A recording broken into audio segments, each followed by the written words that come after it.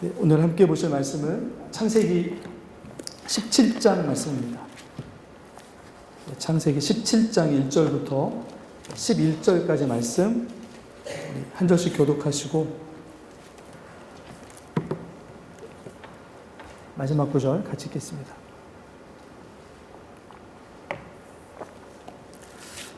창세기 17장 1절부터 11절까지 말씀인데요. 한 절씩 교독하겠습니다. 아브라함이 99세 때에 여호와께서 아브라함에게 나타나서 그에게 이르시되 나는 전능한 하나님이라 너는 내 앞에서 행하여 완전하라.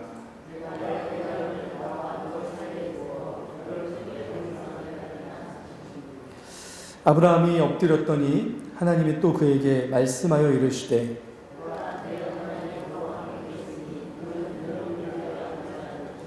이제 후로는 내 이름을 아브라함이라 하지 아니하고 아브라함이라 하리니 이는 내가 너를 여러 민족의 아버지가 되게 함이니라.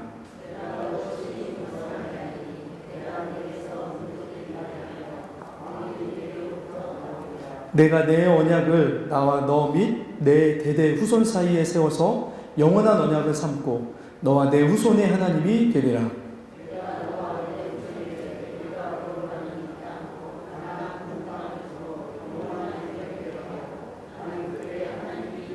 하나님이 또 아브라함에게 이르시되 그런즉 너는 내 언약을 지키고 내 후손도 대대로 지키라.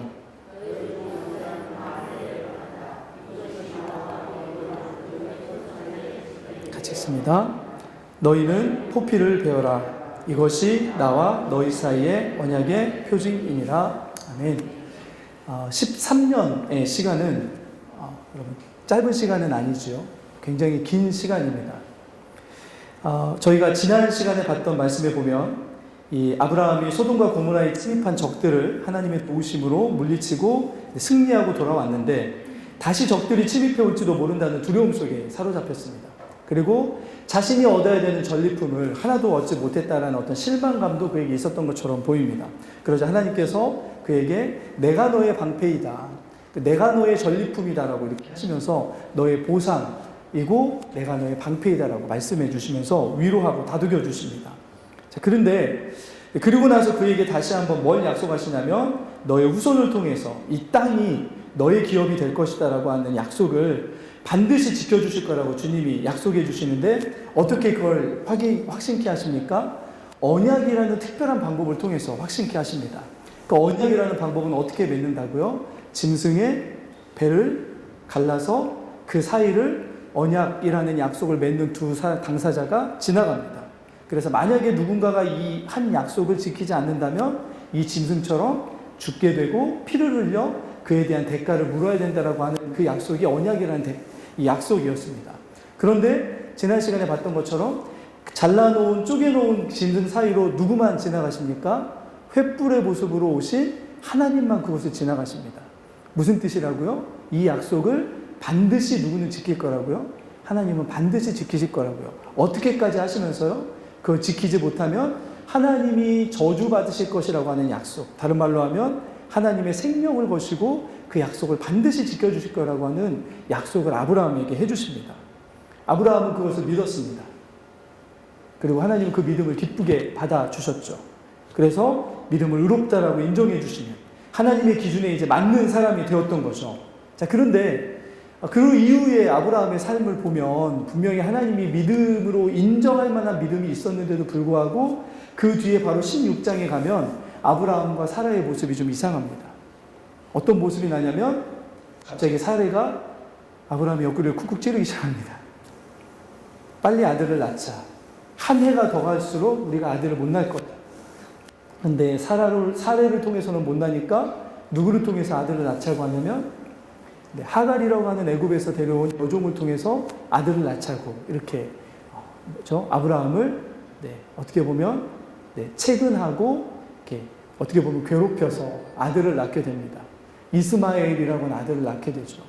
근데 이 아들이 화근이 되어서 가정이 시끄러워지니까 쫓아내죠. 그런 어떤 일들을 보면서 아직 믿음이 확실하기는 했지만 아브라함과 사라는 완전한 사람은 아니었습니다. 여전히 부족한 점이 없지 않았습니다. 자, 그런데 문제가 뭐냐면 그 뒤에 쫓아낸 하갈에게는 하나님께서 나타나셔서 그를 구원하시고 이스마엘을 통해서 민족을 이루시겠다고 약속하시면서 하나님이 그를 보살펴 주십니다. 그래서 그 보살펴 주신 그 곳의 지명을 부엘라헤로이라고 하는 지명이 나타나거든요. 16장에 보면 부엘라헤로이라는 뜻은 여호와 하나님께서 나를 바라보셨다는 뜻입니다. 어떤 뜻이라고요? 여호와 하나님이 나를 바라봐 주셨다 라고 하는 그런 고백이거든요. 그런데 정작 하나님의 사람이었던 아브라함은 갑자기 어떤 일을 겪냐면, 오늘 1절을 한 번만 더 같이 읽어보겠습니다. 1절입니다. 시작. 자, 여기 보시면 아브라함이 몇 세 때 하나님이 다시 나타나셨다고요? 네, 이스마엘을 낳을 때 아브라함의 나이가 86세였습니다. 몇 년간 하나님이 안 나타나시는 것처럼 말씀이 이야기하냐면 13년간 안 나타나신 것처럼 보입니다. 아니, 설령 나타났다 할지라도 그 33년간 일어났던 일은 이 성경에 기록될 만한 의미가 있다 없다 말씀합니까? 아무런 의미가 없다라고 말씀하고 있습니다. 왜 그럽니까? 아브라함이 하나님이 하신 약속을 어떻게 했습니까? 믿지 못했습니다. 하나님은 하나님의 생명을 걸고 약속하신 언약을 하셨는데도 불구하고, 아브라함이 누구의 말을 들었냐면 하나님의 음성에 귀를 기울인 게 아니고 아내의 음성에 귀를 더 기울였습니다. 그러다 보니까 86세 때 이스마엘을 낳은 이후에 하나님께서 아브라함에게 안 나타나셨든지 아니면 어떤 일을 행하지 않아 주셨던 것처럼 보이는 거죠. 아브라함의 13년의 삶이 믿음 안에서 의미 없는 삶이 되어버렸습니다. 눈으로 보기에는. 왜 그랬습니까? 아브라함이 믿음의 방법, 하나님의 약속을 붙들고 살아간 게 아니고 자신의 방법, 인간의 방법, 세상의 방법을 취했기 때문이었습니다. 한 살이라도 젊었을 때 아이를 낳아서 대를 잇게 합시다. 이게 아브라함과 사라와 그 당시 이 고정관념이었을 겁니다. 그런데 여러분, 자, 이제 하나님께서 몇 년 만에 아브라함에게 나타나신다고요? 13년 만에 나타나신다고요. 그러면 아브라함의 나이가 몇 살 되었다고요? 99세가 되었습니다. 사라의 나이는 89세가 되었습니다. 그러면 13년 전과 뭐가 달라져 있습니까?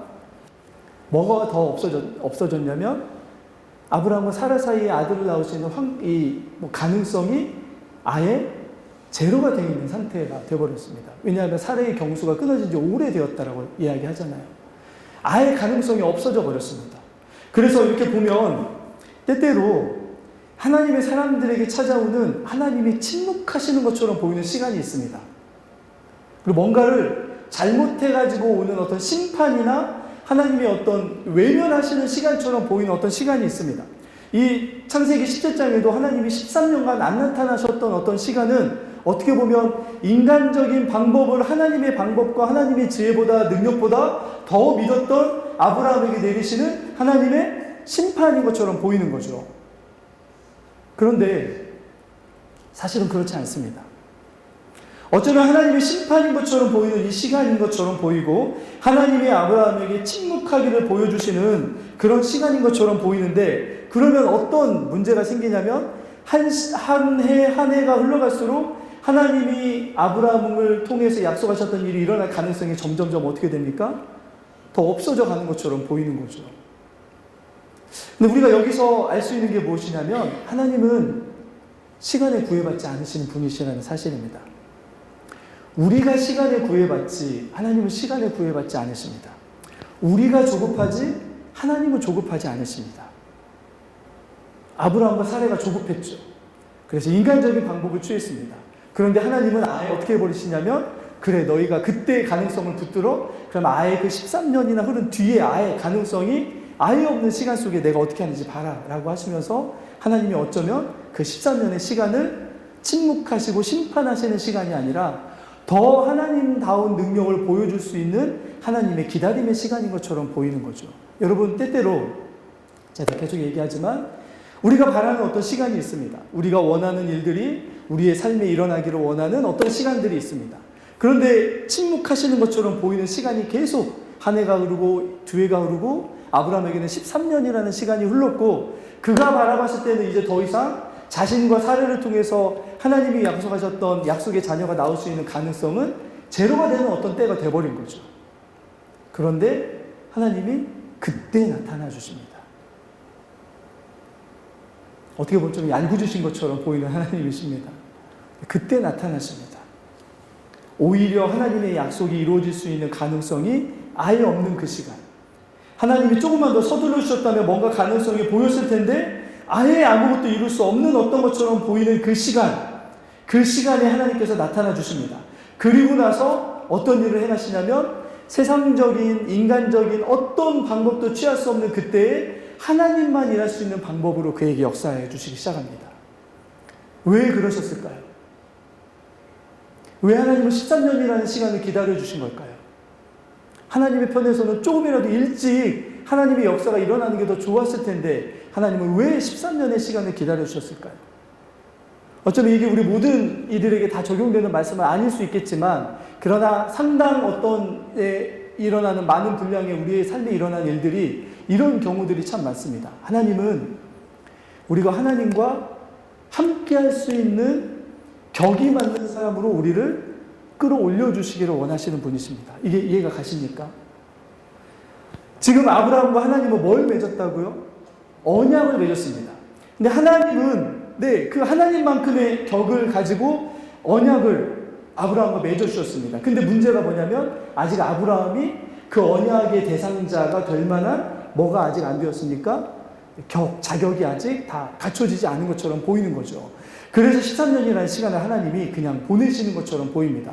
그냥 보내시는 시간이 아니라 아브라함과 사라에게는 불가능이 채워지는 시간인 것처럼 보이지만 사실은 하나님에게는 가능성이 더 채워지는 시간이었습니다. 왜냐하면 그때에서야 아브라함이 자신이 취할 수 있는 인간적인 방법과 자신이 취할 수 있는 세상적인 방법을 내려놓을 수 있는 참된 하나님의 언약의 당사자가 될 수 있는 시간이기 때문인 거죠. 우리의 삶에도 하나님이 그렇게 일하실 때가 있습니다. 우리는 이때라고 규정한 어떤 시간에 하나님의 어떤 역사가 일어나기를 소망하는데 가끔씩 하나님이 우리에게 이렇게 말씀해 주십니다. 아직 내가 너에게 이런 약속을 베풀 만한 이런 때에 너와 내가 함께 할 만한 네가 아직 그릇이 되지 않았어. 너는 조급할 수 있지만 나는 조급하지 않단다. 라고 주님이 말씀하실 때가 있는 거죠. 아브라함에게 그랬습니다. 하나님의 관심은 아브라함이 얼마나 큰 사람이 되느냐에 있지 않았습니다. 하나님의 관심은 아브라함을 통해서 하나님이 얼마나 많은 일을 행하시느냐에 있지 않았습니다. 하나님의 관심은 뭐냐면 하나님과 언약을 맺은 아브라함이 그 언약에 맞는 그런 사람이 되기를 원하셨던 거죠. 왜냐하면 그래야 하나님과 아브라함이 함께 할 수 있기 때문이었습니다. 하나님이 정말로 하나님의 사람들에게 원하시는 것은 어떤 일들을 행하시는 게 아니고 하나님과 언약을 맺는 하나님의 사람들과 하나님이 더 친밀하게 함께 하시고 싶은 그것을 이루시는 거였습니다. 그게 언약의 이유이고 목적입니다. 어떤 많은 일들을 우리에게 행하심을 통해서 우리가 하나님께 영광을 돌릴 수 있을지 모르겠지만 사실은 어떤 일이 우리에게 일어나서 영광을 돌리는 게 아니라 우리가 하나님과 얼마나 더 가깝고 우리가 더 하나님과 더 동행하며 우리가 하나님과 더 친밀하고 하나님을 닮아가는 것 때문에 하나님은 영광 받으시는 분이십니다. 하나님은 아브라함을 그렇게 세상에 보여주기를 원하셨던 거죠.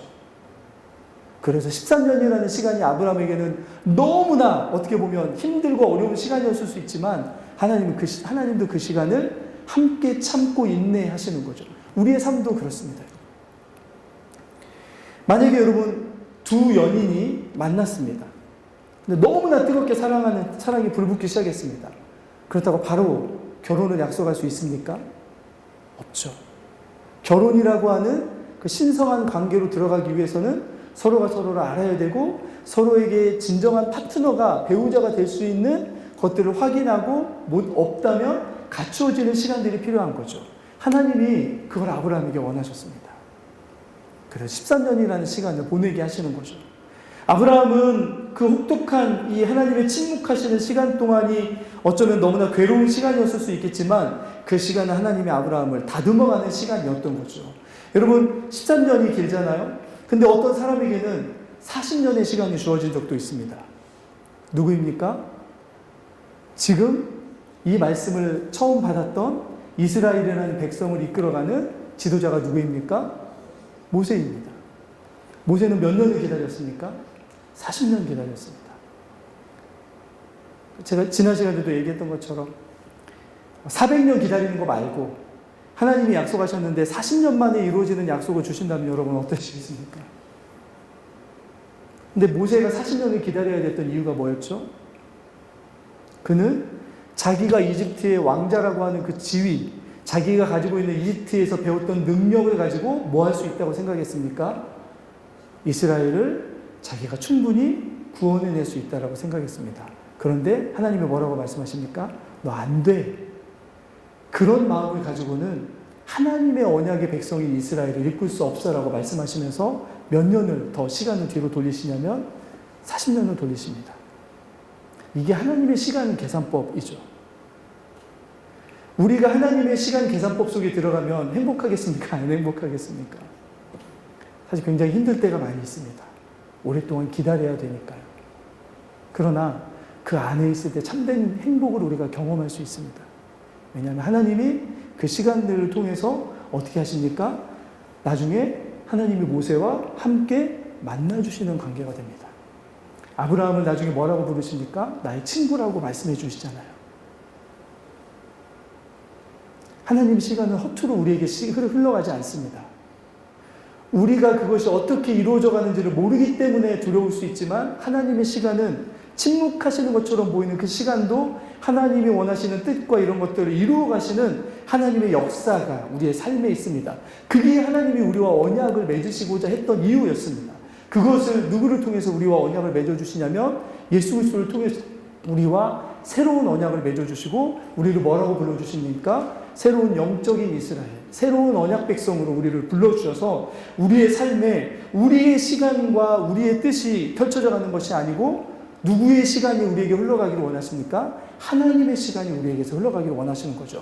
그러면 하나님의 시간 안에 담아놓으신 하나님의 뜻이 우리에게 일어나기 때문에 우리에게서는 뭐가 나타납니까? 하나님의 역사와 하나님의 어떤 경륜과 하나님의 일하시고자 하는 일들이 우리의 삶에 나타나기 때문에 우리는 하나님께 뭘 할 수 있냐면 하나님께 영광을 돌릴 수 있는 삶을 살아가게 되는 거죠. 뭔가 우리가 원하는 어떤 것들이 이루어지기 때문에 하나님께 영광을 돌리는 것은 아브라함의 오늘 이 말씀 이전입니다.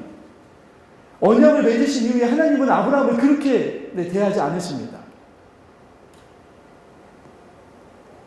자, 그런데 오늘 13년 만에 나타났던 것처럼 보이는 하나님이 자신을 뭐라고 오늘 다시금 이야기하시냐면 1절을 다시 한번 볼까요? 자, 1절을 보겠습니다. 아브라함에게 나타나서 그에게 이르시되 그 다음부터 읽어볼까요? 시작. 나는 전능한 하나님이라. 너는 내 앞에서 행하여 완전하라. 하나님 뭐라고 말씀하십니까? 나는 전능한 하나님이라고요.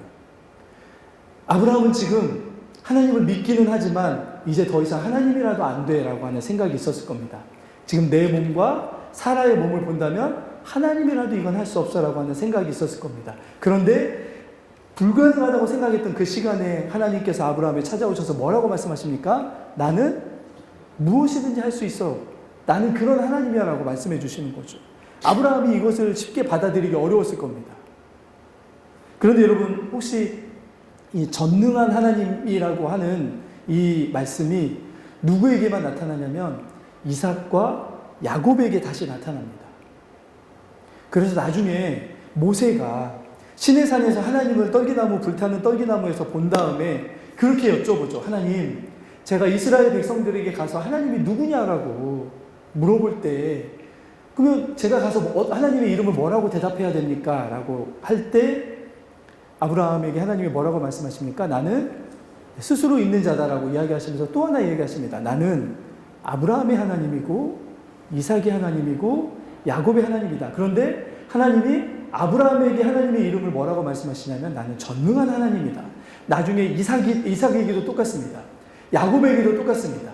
아브라함과 이삭과 야곱에게 하나님이 자신을 나타내실 때 뭐라고 하면서 나타내 주시냐면 나는 어떤 하나님이라고요? 전능한 하나님이다. 그래서 아브라함과 이삭과 야곱의 하나님이라고 하는 그 뜻을 다른 말로 하면 하나님은 어떤 하나님이시라고요? 전능한 하나님이시라고요. 그래서 이제 그 전능하신 하나님이 애굽이라고 하는 강대국을 향해서 어떤 일을 행하실지를 가서 그 전능하신 하나님이 행하여 주신 것을 보라. 이것을 모세가 가지고 가는 것이 이 모세에게 사명이었던 거죠. 아브라함에게 하나님이 뭐라고 말씀하시냐면 네가 불가능한 것처럼 생각하는 이 시간이 사실은 내가 역사할 수 있는 시간이다. 너는 세상의 방식으로 뭔가를 이루었지만 그 방식대로 내가 역사하는 게 나의 뜻이 아니라 네가 불가능한 것처럼 보이는 이 시간에 내가 진짜 내가 얼마나 전능한 하나님인지를 보여줄게 라고 이렇게 약속하시면서 주님은 그 전능하심을 나타내 주시겠다고 말씀하여 주시는 거죠. 여러분, 여기서 우리 한 가지 생각해야 되는 것이 무엇이냐면, 오늘 이 말씀 안에서 어떤 것과 어떤 것이 딱 연결이 되냐면, 한번 따라해 보겠습니다. 하나님의 전능하심과 하나님의 언약하심. 하나님의 약속이 뭐하고 연결이 된다고요? 하나님의 전능하심과 연결이 됩니다. 하나님은 이제부터 이 약속을 이루시기 위해서 뭘 행하실 겁니까? 하나님의 전능하신 모든 능력을 다 사용하실 겁니다. 하나님은 그러신 분이십니다. 이 말씀을 받는 이스라엘 백성들은 이미 출애굽할 때 그 전능하신 하나님의 어떤 능력을 가지고 계셨는지를 너무나 잘 보았습니다. 우리는 믿음이 있지만 여전히 아브라함처럼 세상 것들을 선택할 수 있고, 또 여전히 믿음이 약한 믿음 때문에 실수할 수 있고, 약함 투성이인 우리 때문에 여전히 하나님이 방법이 아닌 어떤 것들을 선택함을 통해서 하나님이 침묵하시는 것처럼 보이는 어떤 시간을 통과해야 될 때가 있습니다. 그러나 그 시간은 하나님이 우리 안에 약속하신 언약을 더 굳게 붙잡게 하시는, 우리의 삶을 만들어 가시는 은혜의 시간임을 꼭 기억하며 견디어 나가시는 여러분들이 되었으면 좋겠습니다. 하나님 그러신 분이십니다. 그러면서 오늘 그 언약을 붙들 수 있도록 어떻게 해주시냐면, 오늘 5절로 한번 가볼까요? 자, 5절 한번 같이 읽어보겠습니다. 같이 읽습니다. 시작.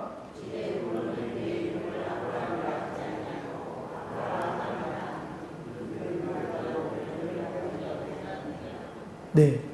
엊그저께 우리 오전도사님 둘째가 태어났습니다.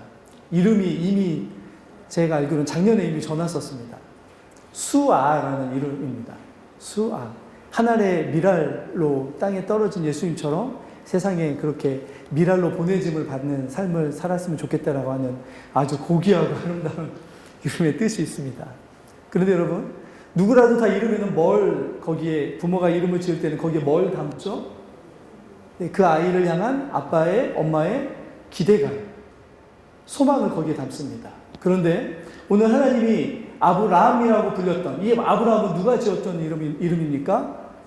네, 아버지 데라가 이전에 어디에서 지어졌던 이름입니까? 갈대아 우르에서 지어졌던 이름입니다. 그런데 하나님이 뭐라고 말씀하시냐면, 이제 그 이름을 내려놔라. 내가 너에게 새로운 이름을 줄게. 그 이름이 무엇이었습니까? 아브라함. 아브라함은 어떤 뜻이라고요? 저기에 있는 것처럼 열국의 아비. 그런데 여러분, 저는 이름의 뜻보다 하나님이 이름을 새로 주셨다는 데 더 의미가 있는 것을 제가 좀 생각해 봤습니다. 이제 아브라함은 자신의 이름을 부를 때마다 뭐가 떠오를까요? 아브라함님, 아브라함이시여, 아브라함 선생님, 뭐 이렇게 누군가 부른다면 계속해서 뭐가 고백되어지는 겁니까? 내 이름에는 뭐가 담겨 있습니까? 하나님의 기대하심. 내 이름에는 뭐가 담겨 있습니까? 하나님의 약속하심. 내 이름에는 뭐가 담겨져 있습니까? 하나님의 언약하심이 담겨져 있다는 걸 아브라함이라고 부르는 이름을 들을 때마다 계속해서 뭘 생각합니까? 아, 하나님이 내게 주신 약속이 담긴 이름이야. 그러면 이제부터 아브라함이라고 하는 이름을 가지고 살아가는 순간순간마다 뭐가 함께하는 삶을 사는 것입니까? 하나님의 약속, 하나님의 뜻, 하나님의 기대, 하나님의 약속을 이루어 주시는 능력, 전능하신 하나님의 능력이 나와 함께 하셔라고 하는 이름이 생각나고 불려질 때마다 이 하나님의 약속이 함께 한다는 것을 고백할 수 있는 삶으로 하나님이 어떻게 해주시냐면 바꿔주십니다. 이름은 그런 거죠. 하나님이 언약 안에서 그렇게 이름을 바꿔주셨습니다. 그런데 이런 이름을 바꿔주시는 은혜들이 사실은 우리 신약에도 보여집니다. 피터라고 하는, 베드로라고 하는 하나님의 사람, 원래 이름이 무엇이었습니까? 요한의 아들 시몬이었습니다. 근데 하나님, 예수님께서 그 이름을 뭐라고 불러주십니까? 이제부터 너의 이름을 뭐라고 부른다고요? 베드로라 해라, 게바라 해라. 예수님이 베드로의 인생을 어떻게 만들어 주십니까? 이제부터 내가 너에게 준 이름 안에 내가 너를 향한 기대와 너에게 한 약속과 너에게 이루어질 하나님의 나라와 하나님의 능력과 모든 것들이 다 담겨져 있는 이름으로 네가 살아가게 될 거야. 이름을 바꿔주시는 게 그거였습니다. 여러분, 야곱이라고 하는 사람이 하나님의 이름을 바꿔주십니다. 야곱은 원래 뜻이 무엇이었죠? 야곱의 뜻이 무엇이었습니까? 발 뒤꿈치를 잡는 자라는 뜻입니다. 다른 말로는 속이는 자라는 뜻입니다. 그런데 하나님이 야곱강에서 하나님과 씨름하고 나서 하나님이 야곱의 이름을 어떻게 해주십니까? 바꿔주십니다. 뭐라고 바꿔주시냐면 이제부터 너는 이스라엘이라 해라. 이스라엘이라는 뜻의 이름은 여호와 하나님과 겨루어 이겼다는 뜻입니다. 다른 말로 하면 이제부터 너의 삶은 내가 져준 삶이야 라는 뜻입니다. 하나님이 그렇게 야곱의 이름을 바꿔주셨습니다. 하나님이 져주셨다는 건 무슨 뜻입니까? 엄청난 능력과 엄청난 권세와 엄청난 어떤 걸 가진 어떤 이가 갓난아이나 아주 작은 이에게 져줄 때는 어떤 관계에 있을 때 져주죠? 가족일 때, 사랑하는 손주나 사랑하는 아들, 딸일 때 엄청난 능력을 가진 대통령이나 뭐 장군이라 할지라도 자식에게는 져줍니다. 이게 무슨 뜻이냐면 이제부터 내가 너와 아버지와 아들의 관계처럼 너와 함께 해줄게. 이게 이스라엘이라는 이름의 뜻입니다. 그런데 여러분, 우리 신약의 성도들에게 주어진 이름들이 있습니다. 어떤 이름들이 주어졌죠? 첫 번째는 성도, 거룩한 하나님의 백성들. 그리고 또 어떤 이름이 주어졌습니까? 하나님의 자녀. 그리고 나중에 사도행전에서는 우리가 무엇이라고 불려집니까? 그리스도. 그리스도라는 이름은 하나님 아버지가 그리스도 예수께 가지셨던 기대와 소망과 그런 뜻과 은혜와 능력이 누구에게 고스란히 다 이어진다고요? 그리스도인이라고 불려지는 우리 모두에게 동일하게 불려질 거라고요. 우리는 그래서 우리가 그리스도인입니다라고 이렇게 우리를 고백하는 순간순간마다 뭐가 늘 함께하는 것입니까? 하나님이 아브라함이라고 바꿔주셨던 것처럼 우리의 이름을 그리스도인이라고 바꿔주신 그 순간부터 그리스도에게 함께하셨던, 아브라함에게 함께하셨던 그 모든 것들이 다 우리에게 함께할 것들이 된다라고 하는 약속이 우리와 동행하는 것을 주님이 깨닫기를 원하시는 거죠. 그래서 평안한 거죠. 이름을 바꿔주신 데는 그런 약속과 하나님의 뜻이 그곳에 있다는 것을 말씀해 주시는 거죠. 그래서 여러분, 그런 이름을 바꿔주신 하나님이 그렇게까지 약속하시면서 단 한 가지만을 아브라함에게, 그런데 네가 내게 해야 될 것이 있다라고 하시면서 뭐라고 말씀하시냐면, 오늘 말씀 일단 9절을 한번 볼까요? 자, 9절입니다. 같이 읽겠습니다. 시작.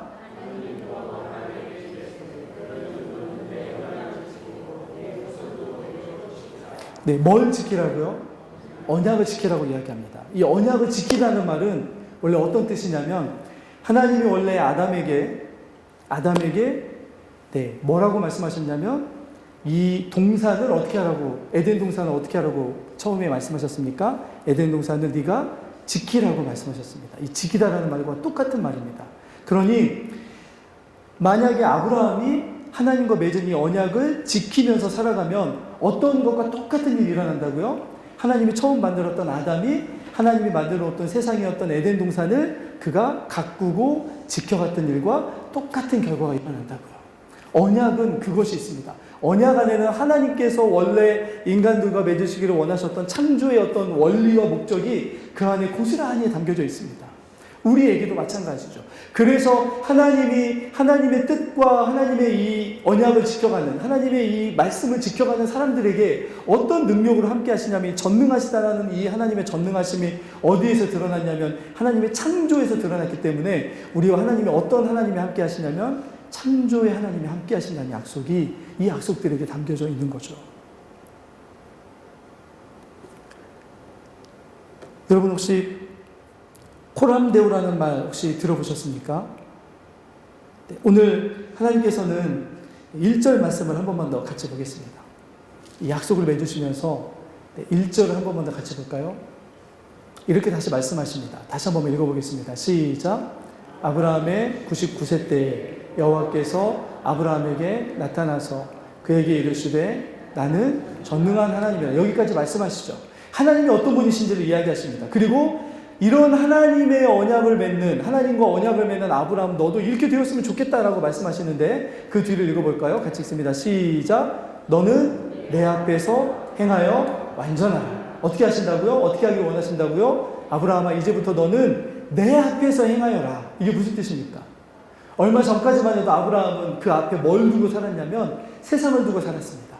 하나님이 주시는 이 약속을 이루기 위해서는 세상적인 방법이 첩을 두거나 뭐 후처를 두거나 이렇게 해가지고 젊은 여성을 통해서 아들을 낳아야만 하나님이 주신 약속이 내게 이루어질 수 있을 것 같아 라고 하는 어떤 그런 방법을 택하였는데, 그러지 말고 이제부터는 오직 하나님 앞에서 행한다는 건 어떤 뜻입니까? 하나님의 인도하심만 받고 하나님만 의지하고 하나님이 뜻하시는 길로만 가는 그런 삶을 살았으면 좋겠다라고 말씀하시는 게 바로 아브라함을 향하여 너는 내 앞에서 행하여라라고 하는 말씀이었습니다.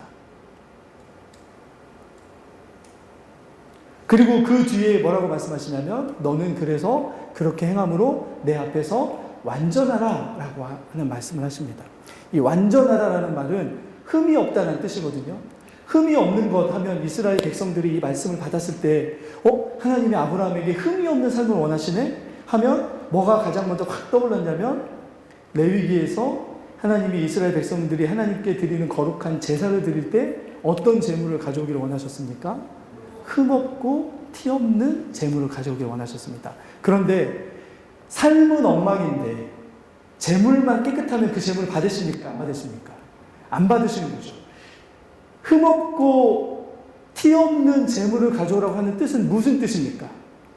너의 삶도 그 가져온 제물처럼 흠없고 티없는 삶을 살다가 그 제물을 가지고 와서 하나님을 예배하라 라고 하는 그런 뜻이 있는 거죠. 오늘 하나님께서 아브라함에게도 어떤 걸 원하시냐면 삶은 하나님 앞에서 멀어지는 삶을 살면서 그저 하나님 앞에 제물만 드리는 그런 삶이 아니라 자신의 삶을 내가 하나님과 전능하신 하나님과 창조의 하나님과 언약을 맺는 상대방이 되게 하나님이 나를 높여주셨구나. 그러면 그 하나님의 수준에 맞게 하나님의 격에 맞게 하나님이 나에게 나의 언약의 파트너가 상대방이 되어주신 그것에 맞게 살아가야 되는데 그것이 뭐냐면 하나님이 뭐라고 말씀하십니까? 내가 거룩하니 너희도 거룩하라. 그렇구나.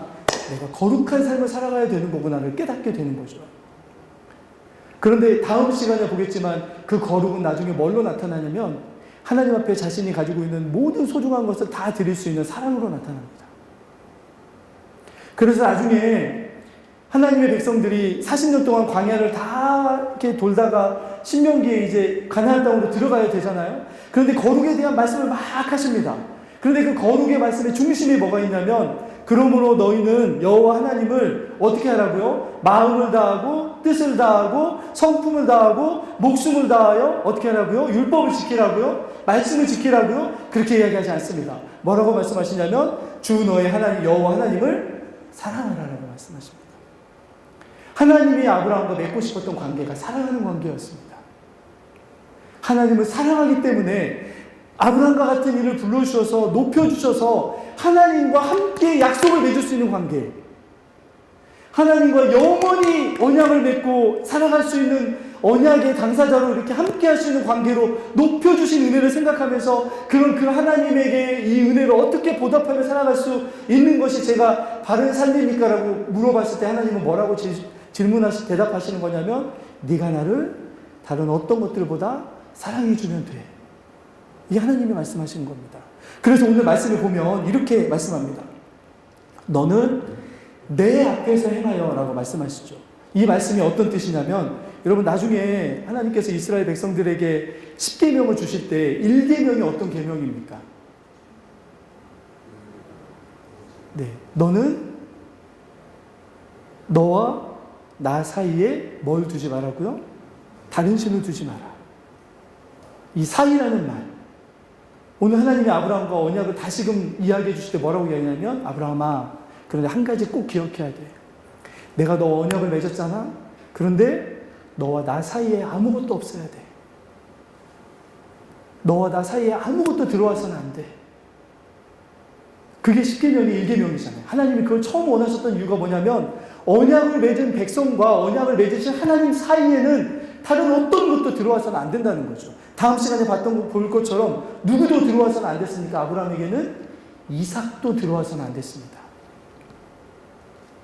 하나님 앞에서는 그 어떤 것도 언약을 맺은 아브라함과 하나님 사이에 들어와서는 안 됐습니다. 이전에는 아들 때문에 하나님의 방식을 외면했던 아브라함이었습니다. 그런데 이제 하나님이 다시금 나타내 주셔서 아브라함아, 내가 정말 너하고 원하는 사이는 너의 이름을 바꿔주면서까지 내가 너에게 나의 모든 전능함으로 너에게 약속하면서 그걸 이루어주고 싶은 이유가 뭐냐면 너와 나 사이에 뭐가 없기를 원한다고요?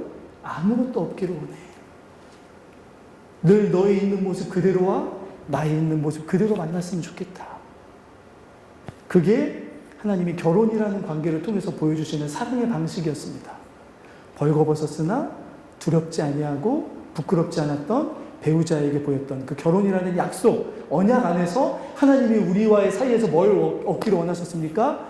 아무것도 하나님과 우리의 사이에 끼어들지 못하고 하나님과 우리 사이에서 늘 하나님과 바로 만나고 바로 보고 우리가 하나님의 바로 앞에 있고 하나님이 바로 우리 앞에 계시는 그 관계를 원하시는 게 언약을 맺으시는 하나님의 뜻이었다는 거죠.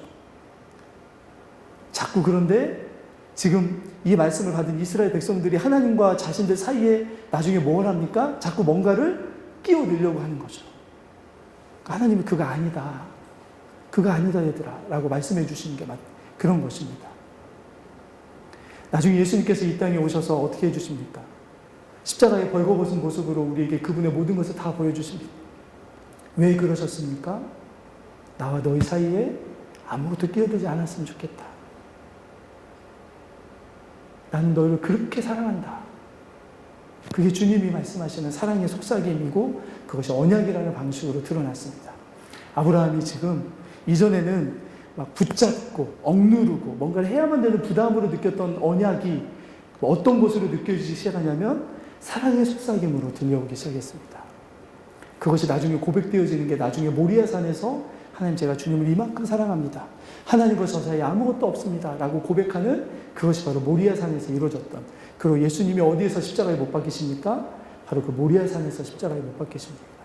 참된 사랑의 고백이 있었다. 오늘 하나님은 언약이라고 하는 어떤 올무나 옥새를 이렇게 동아줄처럼 얽어매기 위한 법 이런 관계로 아브라함을 불러주신 게 아니었습니다, 여러분. 하나님의 있는 모든 것들을 다 보여주시기를 원하시는 게 하나님이셨습니다. 그리고 우리도 그 관계를 살아가기를 원하시는 거죠. 그래서 예수님께서 이 땅에 오셔서 가장 마지막에 제자들과 했던 약속이 무엇이었냐면 이 살과 나의 피를 통해서 뭘 새롭게 맺기를 원하신다고요? 새 언약을 맺기를 원하신다고요. 그럼 언약에는 뭐가 담겨져 있다고요? 언약을 맺으시는 하나님의 모든 것을 다 보여주시는 사랑이 그 안에 담겨져 있습니다. 우리에게 그 언약이 주어졌어요, 여러분. 그리고 그 언약 속에 살아갑니다. 우리 이름을 바꿔주십니다. 우리에게 때때로 그렇기 때문에 찾아오는 어떤 시간들이 있습니다. 하나님이 우리를 어떻게 하시는 시간이라고요? 언약에 어울리게 만들어가는 하나님이 만들어가시는 시간일 수 있습니다. 그걸 통해서 하나님은 우리를 더 어떻게 해주신다고요? 하나님만큼 높여주시기를 원하십니다. 격에 맞게 더 우리를 높여주시는 거죠. 우리 그렇게 하나님의 손에 붙들려서 살아가는 저 여러분들이 될 수 있기를 예수 그리스도의 이름으로 간절히 축원합니다. 같이 기도하겠습니다. 사랑의 아버지 하나님, 주님이 아브라함에게서 듣고 싶으셨던 마지막 고백이 내가 나를 사랑하느냐라고 베드로에게 물으셨던 것과 같은 고백이었음을 우리가 오늘 말씀을 통해서 보게 됩니다. 그 고백을 듣고 싶으셔서 주님은 13년의 시간도 기다리시고 그 고백을 할 수 있는 사람이 되게 하시기 위하여 주님은 여러 가지 일들을 행하여 주시고 전능하신 하나님의 능력으로 아브라함의 삶에 가지치기를 해주시고 아브라함과 하나님의 사이에 끼어있는 그 모든 것들이 다 사라지도록 주님께서 역사하시는 것을 보게 되었습니다. 주님, 우리도 하나님 앞에 이렇게 의롭고 티없고 완전하게 서 있을 수 있는 삶이 되게 하여 주시옵소서. 사이에 아무것도 끼어있지 아니하고 오직 주님과 우리와의 친밀한 관계만 있을 수 있는 그런 주님이 정말 원하시는 그런 관계가 되게 하여 주시옵소서. 우리가 주님이 우리를 사랑하시는 것처럼 주님을 사랑하게 하시고 주님이 우리를 사랑하시는 것만큼은 아니지만 우리의 모든 사랑을 주님께 다 고백할 수 있는 그런 사랑의 사람들로 우리들을 세워 주시옵소서. 하나님, 우리 삶에 여러 가지 어려움의 시간들이 있습니다. 그 시간들을 이겨나갈 수 있는 힘도 주시고 우리가 함께 이 일들을 겪어 나갈 수 있는 그런 형제됨과 자매됨을 허락하여 주셔서 하나님 서로 의지하고 서로 힘을 격려하고 복도 다짐을 통해서 우리가 참된 믿음과 사랑의 공동체로 하나 되었음을 늘 함께 서로 고백하며 살아갈 수 있는 저희들이 되게 하여 주시옵소서. 하나님께서 함께 하여 주시기를 간절히 소망하오며 우리 구주 예수 그리스도 이름으로 기도드리옵나이다. 아멘.